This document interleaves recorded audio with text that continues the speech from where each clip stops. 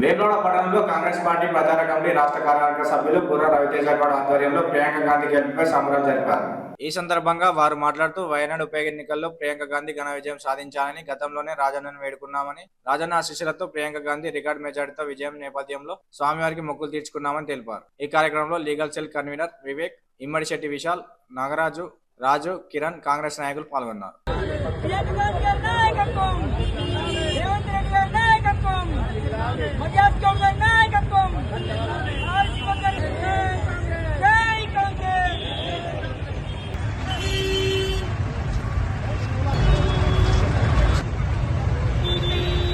నియోజకవర్గ ప్రజలందరికీ నా యొక్క నమస్కారాలు.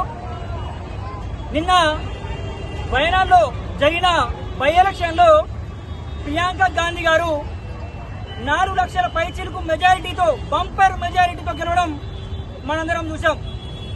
ఈరోజు ప్రియాంక గాంధీ గారు కాంగ్రెస్ పార్టీ ప్రధాన కార్యదర్శిగా వివరిస్తూ గత 20 సంవత్సరాలుగా క్రియాశీలక రాజకీయాల్లో పాత్ర వహిస్తూ ప్రప్రథమంగా వయనాడు నుండి పోటీ చేసి దాదాపు 4,10,000 ఓట్ల మెజారిటీతో గెలవడం మనకందరికీ, కాంగ్రెస్ పార్టీ శ్రేణులందరికీ ఆనందకరం. ఈరోజు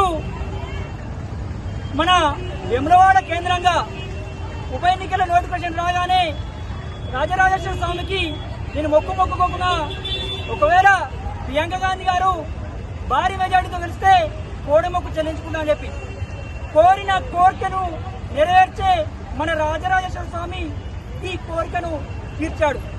అందుకే ఈరోజు వేములవాడ దర్శనానికి వచ్చి మొక్కుకున్న విధంగా కోడి మొక్కును చెల్లించారు.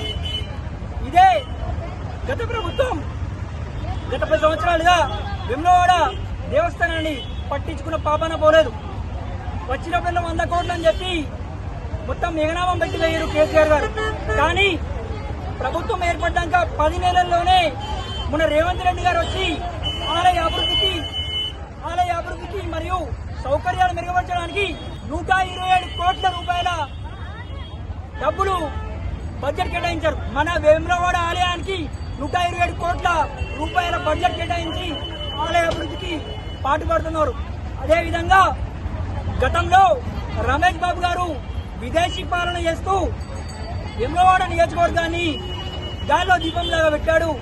అతని మీద ఇదే స్థల కేంద్రంగా అనేక పోరాటాలు చేసినాం. భిక్షాటన కార్యక్రమం ద్వారా ప్రజల్లో వ్యతిరేకత తీసుకొచ్చి ప్రజల్లో రమేష్ బాబు ఇక ఎమ్మెల్యేగా గెలవద్దని చెప్పి పంపేసి చేసిన ప్రయత్నం చేస్తూ ఉన్నాం.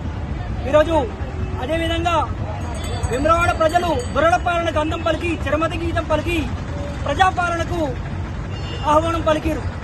నిత్యం నియోజకవర్గ ప్రజలకు అందుబాటులో ఉండే ఆది శ్రీనివాస్ గారికి పగ్గాలు అప్పచెప్పి ఈ వేములవాడ అభివృద్ధిని అప్పుడైతే వ్యవస్థల చైర్మన్ గా అభివృద్ధి చేసిన కాంగ్రెస్ పార్టీలో, ఇప్పుడు మళ్లీ కాంగ్రెస్ పార్టీ అధికారం వచ్చినాక ప్రభుత్వ చీఫ్ పదవి హోదాలో ఆది శ్రీనివాస్ గారు ఇక్కడ ఆలయ అభివృద్ధి లక్ష్యంగా, అదేవిధంగా పట్టణాభివృద్ధి కూడా లక్ష్యంగా పెట్టి మనం ముందుకెళ్తా ఉన్నాం.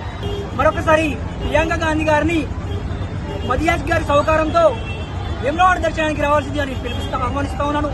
మా ఆహ్వానాన్ని మన్నించి ప్రియాంక గాంధీ గారు వేములవాడ దర్శనానికి రావాలని కాంగ్రెస్ పార్టీ ప్రజానిక తరఫున నేను కోరుతా ఉన్నాను.